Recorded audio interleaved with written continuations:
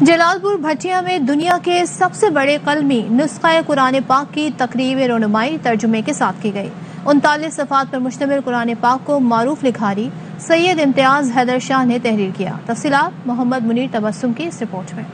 District press club میں دنیا کے سب سے بڑے قلمی نسخہ قرآن پاک کی تقریب رونمائی پہلی بار ترجمے کے ساتھ کی گئی، جس کو معروف لکھاری سید امتیاز حیدر شاہ نے 425 دن میں تحریر کیا۔ الحمدللہ یہ دنیا کا سب سے بڑا ترجمے کے ساتھ قلمی نسخہ ہے۔ اس کی ایک پیج کی لمبائی 41 فٹ ہے اور چوڑائی جو ہے یہ 53 انچ ہے۔